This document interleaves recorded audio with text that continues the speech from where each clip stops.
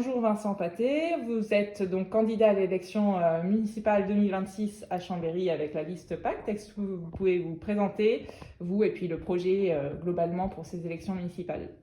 Alors Vincent Pathé, j'ai 29 ans, donc je suis tête de liste du mouvement Le Pacte qu'on a fondé il y a maintenant plusieurs mois avec des personnes qui viennent vraiment de tout horizon confondu, des jeunes, des moins jeunes, des responsables associatifs, sportifs, mais surtout des Chambériens qui ont envie de faire changer les choses et de créer une vraie alternative à Chambéry, tant en termes de projet qu'en termes d'esprit.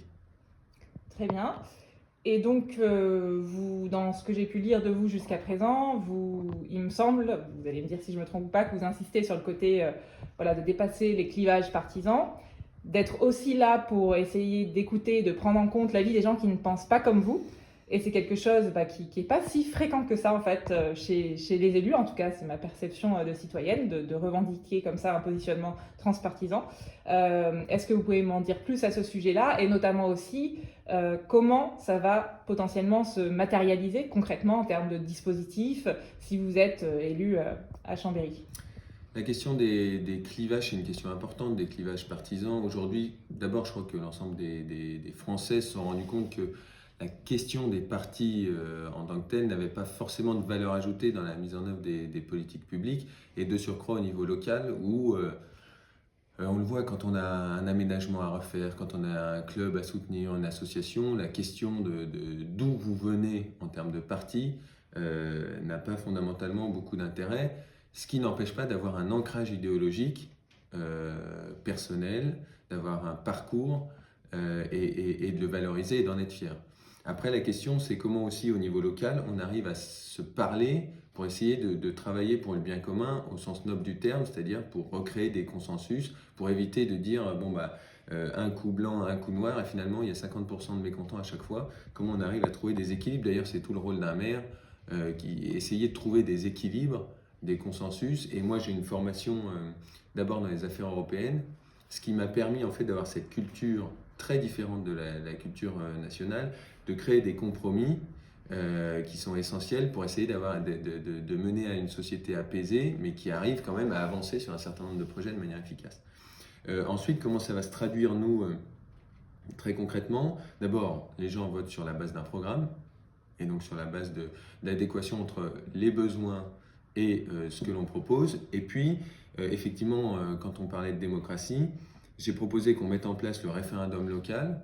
Donc, c'est dans la loi. Alors, référendum local, il y a une petite subtilité, c'est que il y a 50% de participation pour accepter le référendum local. Ça peut être aussi des consultations pour avis que la municipalité met en œuvre. Moi, en fait, j'ai été quelqu'un de très déçu par la municipalité actuelle qui a mis en place la démocratie dite participative, mais qui en fait, dont on se rend compte que c'est une forme d'alibi pour valider des décisions qui sont déjà prises en amont, avec toujours cette même sociologie, les mêmes personnes que l'on voit dans les réunions publiques. En fait, ce sont que des réunions publiques, mais simplement bâties sous la forme marketing de la démocratie participative. Si on met en place des consultations, ça a le mérite d'être clair, ça a le mérite d'être efficace, et puis d'avoir sur des projets structurants, au moins il y a consensus, et ce sont les habitants qui en décident. Donc là, vous parlez plutôt de consultation d'initiative de la part du conseil municipal, de la liste majoritaire, ou d'initiative aussi citoyenne, parce qu'effectivement, il y a la loi donc, actuelle qui prévoit que à partir de 10% pour les collectivités territoriales et donc les communes, si des électeurs arrivent à réunir pour un sujet, une pétition, 10% des signatures, alors ça engage le conseil municipal à se prononcer sur ce sujet-là, mais ça ne va pas plus loin. Ça n'oblige pas, par exemple, le conseil municipal à déclencher un référendum. Donc il y a certaines communes comme Grenoble qui ont justement, dont le maire a pris un vœu pour dire que bah oui, si 10% des électeurs arrivent si un sujet recueille 10% de signatures, c'est énorme. Et donc, il y a certains maires qui font un vœu et qui disent que, alors, si il y a 10% de signatures sur un sujet, peu importe le sujet, tant qu'il est bien sûr du ressort de la commune, alors je m'engage à déclencher un référendum. Est-ce que c'est quelque chose qui remporte votre adhésion ou vous restez plutôt sur une consultation d'initiative municipale? Moi, je suis plus sur une dynamique de maintenir le système représentatif. C'est-à-dire que, en fait, c'est soit vous acceptez d'être dans un système représentatif avec un maire et un conseil municipal qui décident, Et je suis partisan quand même d'une efficacité dans l'action publique. Donc ça veut dire qu'il faut que le maire puisse proposer, décider, avancer sur un certain nombre de projets. Et la difficulté de ceux dont vous parlez, c'est que vous pouvez avoir des forces minoritaires qui en permanence déposent des recours, etc., ce qui peut influer sur l'efficacité de l'action publique. Donc il ne faut pas perdre cette idée que le maire et son conseil municipal sont avant tout des représentants qui émanent de la volonté populaire. Et donc cette volonté populaire, elle est tout à fait consultable, etc. Et c'est tout l'objet du référendum local en disant, voilà, ça n'a rien de nouveau, hein, que ce soit depuis Athènes, même si c'était l'élite qui gérait, mais que ce soit depuis Athènes, Rome, même les plébiscites dans l'époque napoléonienne, etc.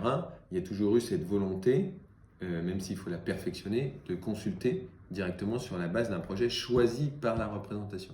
Et je pense que ce système est beaucoup plus efficace qu'un système qui enliserait finalement l'administration et les décideurs dans des dynamiques qui ne contrôleraient pas forcément a priori. Merci. Et la troisième question que j'avais à vous poser, donc, c'est sur la question du parrainage. Donc, la France, c'est un pays un peu particulier parce que dans les pays qui ont le suffrage universel direct pour élire leur président, on est le seul pays qui n'a pas de parrainage citoyen, c'est-à-dire que ce sont que des représentants qui peuvent décider de donner leur parrainage pour que les candidats recueillent les 500 signatures nécessaires pour accéder au premier tour de l'élection présidentielle. Le maire sortant de Chambéry avait décidé de ne pas exercer son parrainage, comme 7 maires sur 10. Quelle est votre position à date par rapport à ça? Est-ce que vous avez déjà réfléchi au sujet? Est-ce que vous savez si vous allez potentiellement parrainer quelqu'un, ou comment sera le fruit de votre décision? Comment elle sera prise par rapport à ça? Alors, j'ai jamais réfléchi à ce sujet-là, parce qu'il faut se placer en position de fonction pour pouvoir y réfléchir.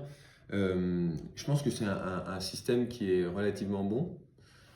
Si on se met dans un système dans lequel chaque citoyen pourra soutenir, etc., c'est une problématique de plafond, jusqu'où on va, où est-ce que ça s'arrête, qui est légitime pour, etc. Puis on passe aussi une partie de la population qui n'a pas forcément de lien avec la collectivité, qui n'a pas forcément de lien avec l'actualité politique ou l'actualité des collectivités, etc., qui ne serait pas à même de soutenir un quelconque candidat. Donc là-dessus, je n'ai pas de réflexion particulière. Simplement, je pense que c'est un bon système qui n'a jamais posé de problématiques particulières pour les candidats prétendus. Et je crois qu'il faut aussi ne pas perdre les électeurs et la population dans la multiplicité de candidatures. Parce qu'aujourd'hui, c'est vrai qu'on est dans une dynamique de réseau, la vitesse de l'actualité est tellement rapide qu'il faut pouvoir saisir rapidement l'ensemble des forces en présence. Et je crois que la multiplicité des candidats perdrait l'électeur. Et déjà, quand on a le taux d'abstention qu'on a, il est bon d'avoir un effort de clarté aussi.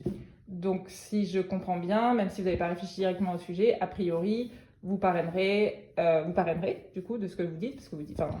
S'il y a un candidat qui recueille, l'ensemble de mes avis et opinions, sans doute oui. Si c'est pas le cas, non. Voilà, donc plutôt de votre propre initiative. Par esprit de conviction. Voilà, sans faire voter le conseil municipal, ou voilà, plutôt a priori à date. Oui. Ok, super, merci beaucoup.